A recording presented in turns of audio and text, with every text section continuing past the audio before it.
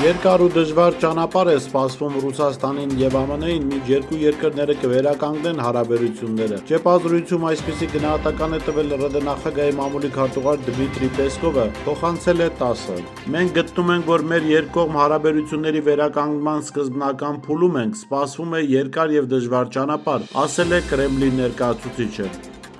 Անհայտ կորածների հարցերով միջազգային հանձնաժողովը Երևանին եւ Բաքվին առաջարկել է անհայտ կորածների հարցով Հայաստանի եւ Ադրբեջանի միջեւ ԴՆԹ համեմատության անկախ մեխանիզմ ներդնել։ Այս մասին նշված է անհայտ կորածների հարցերով միջազգային հանձնաժողովի Հայաստանի եւ Ադրբեջանի վերաբերյալ զեկույցներում։ Նշվում է, որ եւ Հայաստանում եւ Ադրբեջանում կան առաջին եւ երկրորդ պատերազմների ժամանակ անհայտ կորածներ, իսկ ռազմական գործողությունների տարածքում հայտնաբերված մասունքները կարող են պատկանել երկու կողմերին էլ։ Բաքուն շեշտում է, որ այս մեխանիզմի ներդրումը նույնականացումը հաստատելու արդյունավետ միջոցներից մեկը կարող է դառնալ։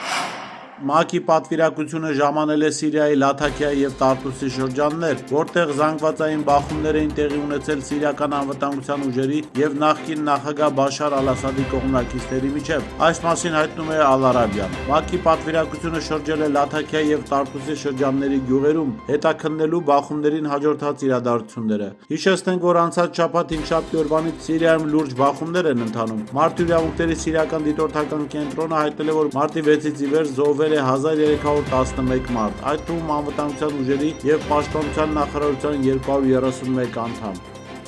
Սիրիայի պաշտպանության նախարարության խոսնակ Հասան Աբդել-Ղանին հայտարարել է Ծովափին Ասադի կողմնակիցների դեմ ռազմական գործողության ավարտի մասին, հայտնում է ՍԱՆԱ-ն։ Մենք հայտարարում ենք մեր ուժերի հաջողության մասին շնորհիվ Աստծո, ինչպես նաև մեր ժողովրդի վճռականության շնորհիվ, այս փուլում դրված բոլոր նպատակներին հասնելու գործում, նշել է նա։ Նրա խոսքով հնարավոր եղավ հետ մղել Ասադի կողմնակիցների մնացորդների հարձակումները, թույլ չտալ նրանց մոտենալ կենսական կենտրոններին եւ ապահովել հանրային ճանապարհների մեծ մասի անվտանգությունը, որոնք նրանք օգտագործում էին որպես ելակետ հարձակումների համար։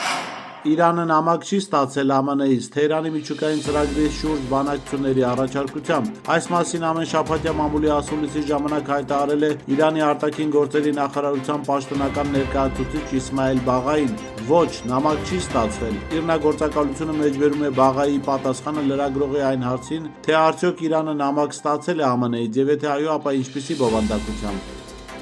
ԱՄՆ եւ Չինաստանի միջև առևտրային պատերազմը, որը նախաձեռնել էր ԱՄՆ նախագահ Դոնալդ Թրամփը, գնալով սրվում է։ Երկուշաբթի օրը մարտի 10-ին ուժի մեջ են մտել չինական նոր մաքսատուրքերն ԱՄՆ-ի գյուղատնտեսական ապրանքների վրա։ Ամերիկյան մի շարք գյուղատնտեսական ապրանքներ ենթարկվել են 10-ից 15% պատժիչ տուրքերի։ Դա արվել է ի պատասխան ԱՄՆ չինական ապրանքների ներմուծման մաքսատուրքերի հերթական բարձրացման։ Փետրվարի սկզբից ԱՄՆ-ն արդեն կիրառում է 10% մաքսատուրք չինական ապրանքների համար, իսկ անցած շաբաթ այն հասցվել է 20%-ի։ Ի պատասխան Չինաստանը հայտարարեց ԱՄՆ-ից գյուղատնտեսական արտադրանքի նոր մաքսատուրքերի մասին։ Թբիլիսի քաղաքային դատարանի դատավորն ավարտել է Վրաստանի նախկին նախագահ Միխայիլ Սահակաշվիլիի կողմից մոտ 9 միլիոն լարի զեղծարարության գործով դատական լսում, այս մասին տեղեկացնում է ՏԱՍՍ գործակալությունը։ Դատավոր Բադրի Կոչլամազաշվիլին լսել է մեղադրող կողմի եւ Սահակաշվիլիի փաստաբանների եզրափակիչ ելույթները, ինչից հետո հեռացել է վճիռ կայացնելու։ Դատավորը կարող է դատավճիռ կայացնել ինչպես մի քանի ժամից, այնպես էլ մի քանի օրից։ Թուրքիայի արտաքին գործերի նախարար Հական Ֆիդանը երեքշաբթի իր հոլանդացի գործընկեր Կասպար Վելգդամպի հետ հանդիպմանը կբարձրացնի եվրոպական անվտանգության բանակցություններին Անկարայի մասնակցության անհրաժեշտության հարցը։ Այս մասին հայտնել է ՌԻԱ Նովոստին, հղում կատարելով գերատեսչության աղբյուրներին։ Ինչպես նշել է գործակալությունը, Նիդերլանդերի ԱԳՆ ղեկավարը Թուրքիայի մայրաքաղաք կժամանի մարտի 11-ին։